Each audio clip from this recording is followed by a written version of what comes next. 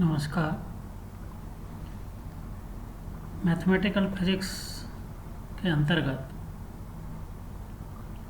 Tensor के chapter में आज हम एक बहुत ही महत्वपूर्ण न्यूमेरिकल प्रॉब्लम सॉल्व कर रहे हैं, जिसका क्वेश्चन इस प्रकार से है: find the covariant components of A tensor in cylindrical and spherical coordinates if its covariant components in Cartesian coordinates are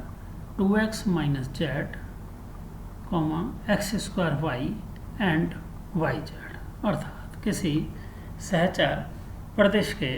कार्तीय निर्देशांकों में घटक 2x minus z, x square y व yz हों तो उसके बेलनाकार व गोलीय निर्देशांकों में घटक ज्ञात कीजिए। हमने अपने पिछले टेंसर के लेक्चर्स में कोवेरिएंट व कॉन्ट्रावेरिएंट तथा मिक्स्ड टेंसर्स के बारे में जाना तथा इससे पहले के चैप्टर में कर्वीलिनियर कोऑर्डिनेट्स के चैप्टर में हमने ऑर्थोगोनल कोऑर्डिनेट सिस्टम्स के अंतर्गत Cartesian coordinate system, spherical coordinate system तथा सिलेंड्रिकल कोऑर्डिनेट सिस्टम और उनके कन्वर्जन के बारे में जानकारी हासिल की थी।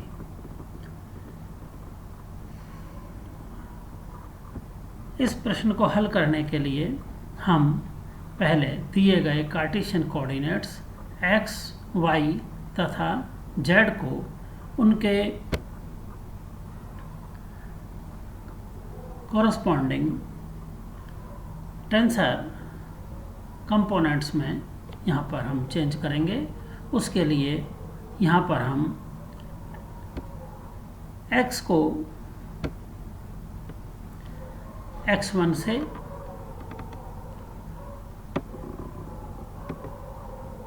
y को x2 से तथा z को x3 से लिख रहे हैं। इसी प्रकार से जो हमें दिए हुए टेंसर के कार्टेशियन कंपोनेंट्स हैं, जिन्हें कि हम यहाँ पर a1, a2 तथा a3 द्वारा व्यक्त कर रहे हैं, उनको भी हम यहाँ पर टेंसर फॉर्म में लिख रहे हैं। जैसा कि ये हमारा पहला कंपोनेंट है a1, जो कि 2x माइनस जेड है। इसको हम यहाँ पर 2x1 अर्थात x की जगह पर हम x1 यूज़ करेंगे, y की जगह x2 तथा z के स्थान पर x3 लिखेंगे। इस प्रकार से a1 का मान जो कि 2x माइनस जेड है, यह 2x1 माइनस x3 हो जाएगा। a2 जो कि एक्स स्क्वायर वाई है, इसमें हम x2 को, जो यहाँ पर ये हमारे पास x2 है, इसको हम यहाँ पर x के स्थान पर x1 लिखेंगे और x स्क्वायर का मतलब है x1 का स्क्वायर और y के स्थान पर ये हमने ये x2 यूज़ कर रहे हैं। इसी प्रकार से जो ये a3 कंपोनेंट है, इसको जो इसका मान कार्टेशियन कंपोनेंट्स में yz है, इसमें हम y के स्थान पर x2 लिखेंगे और z के स्थान पर x3 लिख रहे हैं। इस प्रकार से हमने कार्टेशियन कंपोनेंट्स को टेंसर के हमने इक्वेशन नंबर 1 में शो किया है। अब यदि हम a prime j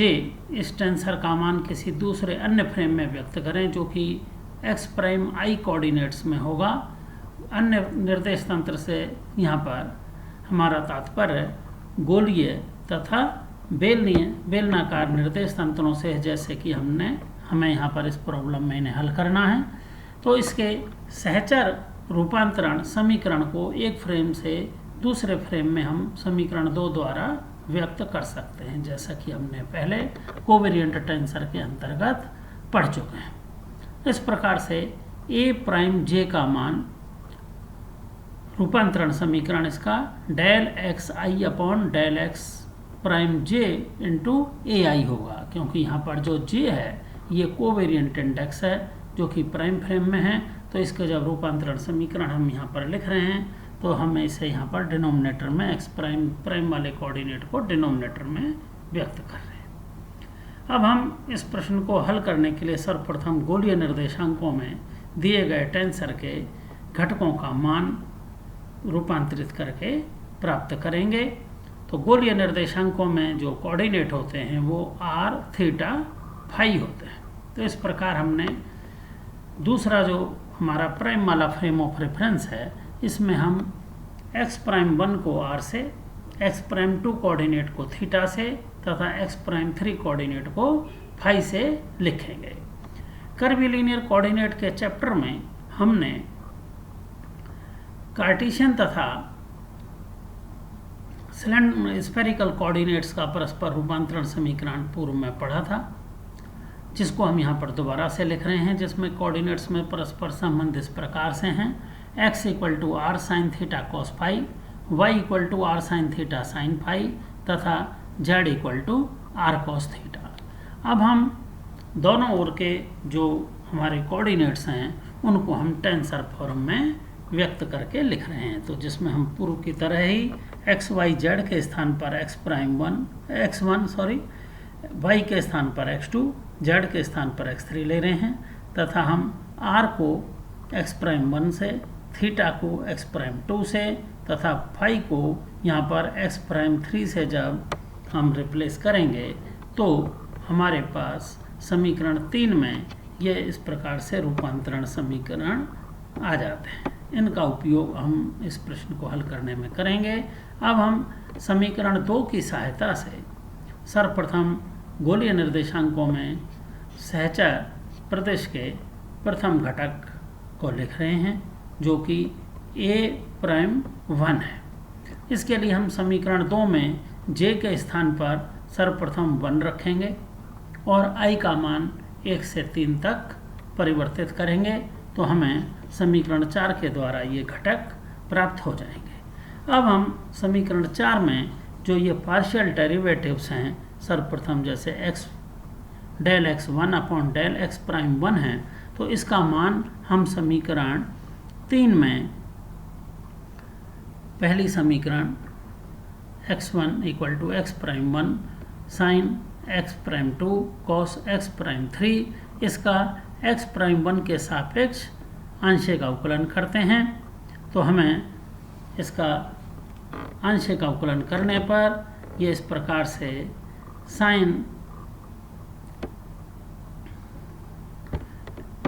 x prime 2 cos x prime 3 मिलेगा, क्योंकि हमने x1 का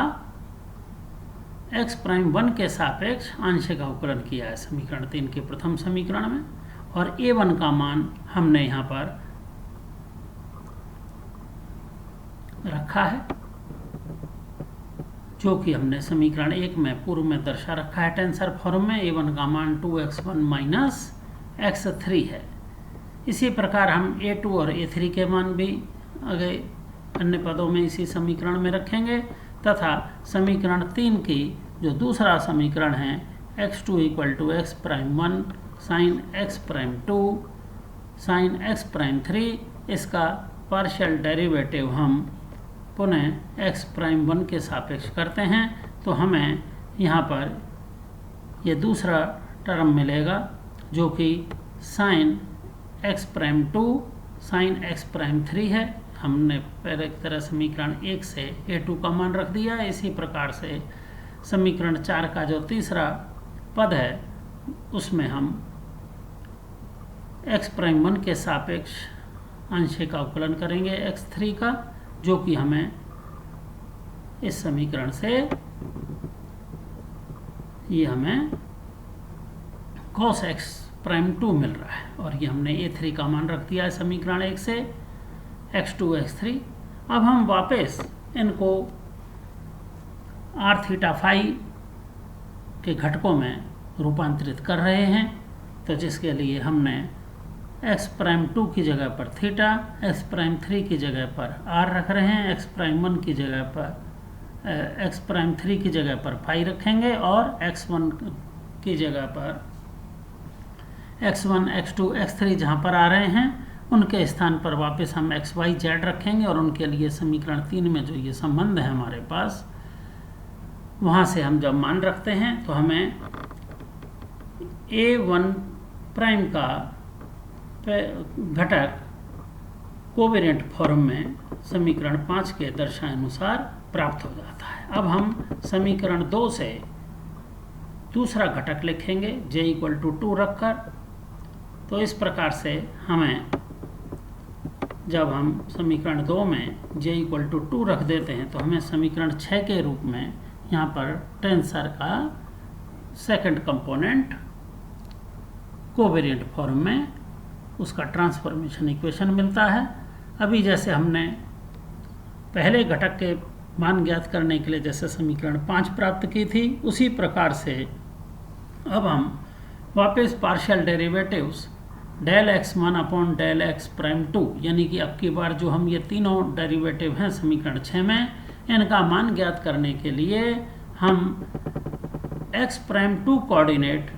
के सापेक्ष समीकरण 3 के जो तीनों घटक समीकरण हैं उनका बारी बारी से partial differentiation with respect to x prime 2 coordinate करेंगे, जिससे कि हमें समीकरण 6 के अंदर जो ये आंशिक अवकलन के पद हैं del x1 upon del x prime 2, del x2 upon del x prime 2, del x3 upon del x prime 3, इनके मान हमें प्राप्त हो जाते हैं। और a1, a2 तथा a3 के मान जैसे हमने पहले समीकरण 5 को हल करने के लिए प्रयुक्त किए थे, जो कि हमने समीकरण 1 से रखे थे, उन्हें हम वापस उसी प्रकार से जब रखेंगे तो हमें ये a2 के रूप में दूसरा घटक का कन्वर्जन प्राप्त हो जाएगा, जो कि समीकरण 7 में हमने दर्शा रखा है। इसी प्रकार से जब हम समीकरण 2 में अब j के स्थान पर 3 प्रयुक्त करते हैं और i का मान 1, 2, 3 रख करके वेरी करते हैं तो हमें समीकरण 8 में लिखे अनुसार टेंसर का स्फेरिकल कंपोनेंट्स में कोवेरिएंट फॉर्म में तीसरा घटक a3 प्राइम मिल जाता है। पुनः हम समीकरण 8 में जो पार्शियल डेरिवेटिव्स के टर्म्स हैं del x1 upon del x prime 3, del x2 upon del x prime 3, del x3 upon del x prime 3, इनके मान ज्ञात करने के लिए पूर्व की तरह समीकरण जो हमारे पास इक्वेशन नंबर 3 है, ये पहले हम वापस इसे दिखा रहे हैं, इसमें हम अब की बार x प्राइम 3 कोऑर्डिनेट के सापेक्ष तीनों घटक समीकरणों का पार्शियल डिफरेंशिएशन करते हैं तथा समीकरण 1 से a1, a2, a3 घटकों के मान जब रखते हैं और इसे हल करेंगे तो हमें समीकरण 8 में इनके मान रखने के पश्चात हमें समीकरण 9 में दर्शाए अनुसार हमें कोवेरिएंट फॉर्म में स्फेरिकल कोऑर्डिनेट्स के टर्म्स में हमें टेंसर का ये तीसरा घटक प्राप्त हो जाता है। तो इस प्रकार से ये इस क्वेश्चन का एक पार्ट है। क्वेश्चन के अब इसी प्रकार से दूसरे पार्ट में हम कार्टेशियन कोऑर्डिनेट से सिलेंड्रिकल कोऑर्डिनेट्स में टेंसर के कोवेरिएंट कंपोनेंट्स को हल करके प्राप्त करेंगे। इसके लिए अब की बार जो कोऑर्डिनेट्स होंगे उनको टेंसर फॉर्म में हम सिलेंड्रिकल कोऑर्डिनेट सिस्टम में जो हमारे पास 3 कोऑर्डिनेट्स होते हैं रो, फाई और जेड, उन्हें हम क्रमशः x प्राइम 1, x प्राइम 2 तथा x प्राइम 3 से व्यक्त कर रहे हैं। और जैसा कि हम कर्विलिनियर कोऑर्डिनेट्स के चैप्टर में पहले ही पढ़ चुके हैं कि इस पे सिलेंड्रिकल कोऑर्डिनेट्स और कार्टेशियन कोऑर्डिनेट्स में जो परस्पर रूपांतरण समीकरण होते हैं, रूपांतरण संबंध, वो इस प्रकार से जिन्हें हम वापस यहाँ पर दर्शा रहे हैं, जो कि x = rho cos phi, y = rho sine phi तथा z = z है। अब हम दोनों ओर के कोऑर्डिनेट्स को टेंसर फॉर्म में जब लिखते हैं तो हमें इक्वेशन 10 के रूप में ये 3 घटक समीकरण मिलेंगे, जिसमें x equal to rho cos phi का बदले में x1 equal to x prime 1 cos x prime 2 मिलेगा। y equal to rho sine phi के स्थान पर हमें x2 equal to x prime 1 sine x prime 2 तथा z को हम x3 से रिप्लेस करेंगे और सिलेंड्रिकल कोऑर्डिनेट में जो z है उसको हम x प्राइम 3 से जब व्यक्त करेंगे तो हमें ये टेंसर फॉर्म में ये रूपांतरण समीकरण कन्वर्जन इक्वेशंस मिलती हैं। पुनः हम समीकरण 2 में अब की बार सिलेंड्रिकल कोऑर्डिनेट्स में कोवेरिएंट कंपोनेंट्स को प्राप्त करने के लिए पुनः पूर्व की तरह j इक्वल टू 2 रखेंगे इक्वेशन 2 में। ये हम वापस इक्वेशन 2 एक बार देख लेते हैं। ये इक्वेशन 2 में जब हम यहाँ पर j इक्वल टू, यहाँ पर ये इक्वेशन है तो जिसमें कि हम ये j के स्थान पर 1 बाई 1 करके 1 2 3 रखेंगे तो हमें a prime 1 a prime 2 a prime 3 के लिए 3 घटक समीकरण मिलेंगे और हम i का मान प्रत्येक समीकरण में 1 से लेकर 3 तक वेरी करेंगे। तो सर्वप्रथम जैसे कि हम यहाँ j इक्वल टू 1 फिक्स कर देंगे और फिर i का मान 1 से 3 तक जब वेरी करेंगे तो हमें ये सिलेंड्रिकल कोऑर्डिनेट्स में व्यक्त करने के लिए ये समीकरण प्राप्त हो जाएगी, जिसमें ये 3 घटक हैं। वापस यहाँ पर समीकरण 10 के प्रत्येक घटक समीकरण का जब हम बारी बारी से x प्राइम 1 के सापेक्ष पार्शियल डेरिवेटिव्स ज्ञात करेंगे तो हमें यह del x1 upon del x prime 1 मिलेगा, जिसका मान यहाँ पर समीकरण 10 से हमें cos x प्राइम 2 मिल रहा है। यहाँ पर हमने a1 का मान वापस समीकरण 1 से रख दिया है। इसी प्रकार से del x2 upon del x prime 1 का मान समीकरण 10 की दूसरी घटक समीकरण को हम x प्राइम 1 के सापेक्ष पार्शियल डेरिवेटिव करके प्राप्त करते हैं, जो कि हमें यहाँ पर साइन x प्राइम 2 मिल रहा है। a2 का मान हम वापस समीकरण 1 से रख रहे हैं टेंसर फॉर्म में और समीकरण 10 के तीसरे घटक में जब हम x3 की समीकरण का x प्राइम 1 के सापेक्ष पार्शियल डिफरेंशिएशन करेंगे तो वो हमें 0 मिलेगा और a3 का मान ये इस प्रकार से समीकरण 1 से रखा है। इसको वापस अपने मूल कोऑर्डिनेट्स में हम यहाँ पर चेंज करते हैं। इसके लिए वापस x प्राइम 1 के स्थान पर रो, x प्राइम 2 के स्थान पर फाई तथा x प्राइम 3 के स्थान पर हम z यूज करेंगे और यहाँ पर x1 मीन्स ये x1 x2 x3 के जहाँ मान आ रहे हैं तो वो वापस समीकरण 10 के आधार पर हम x के स्थान x1 के स्थान पर x यूज़ करेंगे जिसका मान रो कॉस फाई होगा, x2 के स्थान पर y यूज़ करेंगे जिसका मान रो साइन फाई होगा और x3 के स्थान पर z लेंगे जो कि z के ही इक्वल है। इन मानों को रखने पर हमें समीकरण 11 में दर्शाए अनुसार कोवेरिएंट फॉर्म में सिलेंड्रिकल कोऑर्डिनेट्स के अंतर्गत हमें पहला टेंसर का घटक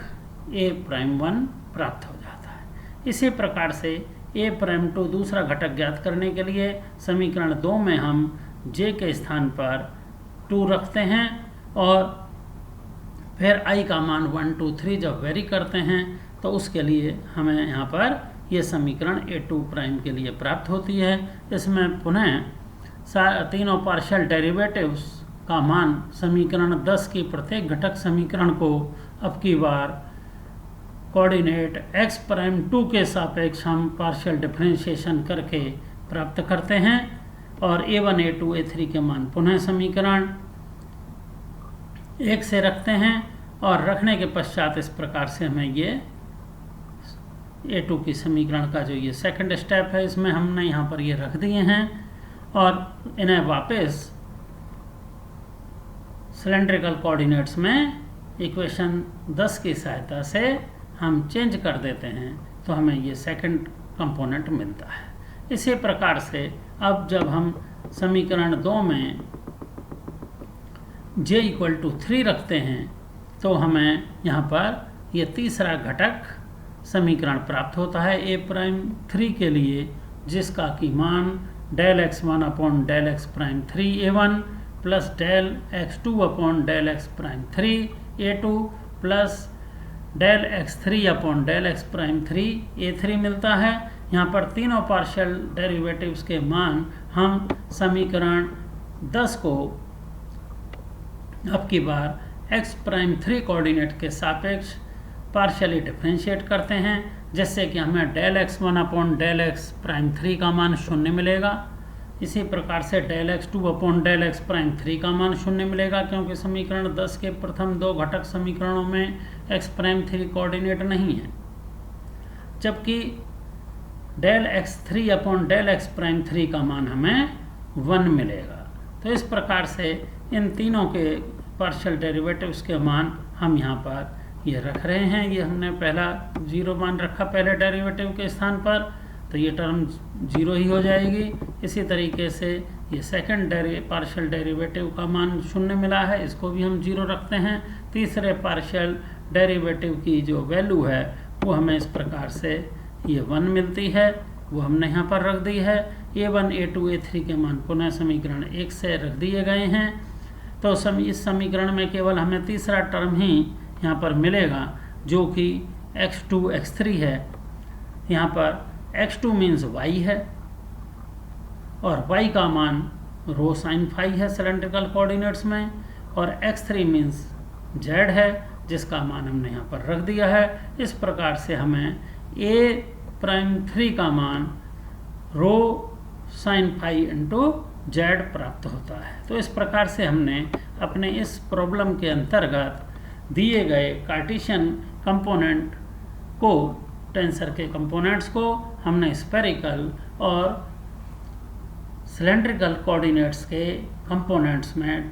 कोवेरिएंट फॉर्म टेंसर में व्यक्त किया है। इसी प्रकार से आप कोवेरिएंट के स्थान पर कॉन्ट्रावेरिएंट कंपोनेंट्स की फॉर्म में भी आप इसे हल कर सकते हैं। तो इसको आप अपने एक्सरसाइज के रूप में मानकर इसको स्वयं हल करके देखें। तो इसी प्रकार से हम कॉन्ट्रावेरिएंट फॉर्म में भी, जैसे समीकरण 2 में हमने रूपांतरण समीकरण लिखा था, उसी प्रकार से कॉन्ट्रावेरिएंट टेंसर का रूपांतरण समीकरण लिख करके इसी विधि से हम इस प्रश्न को भी हल कर सकते हैं। धन्यवाद।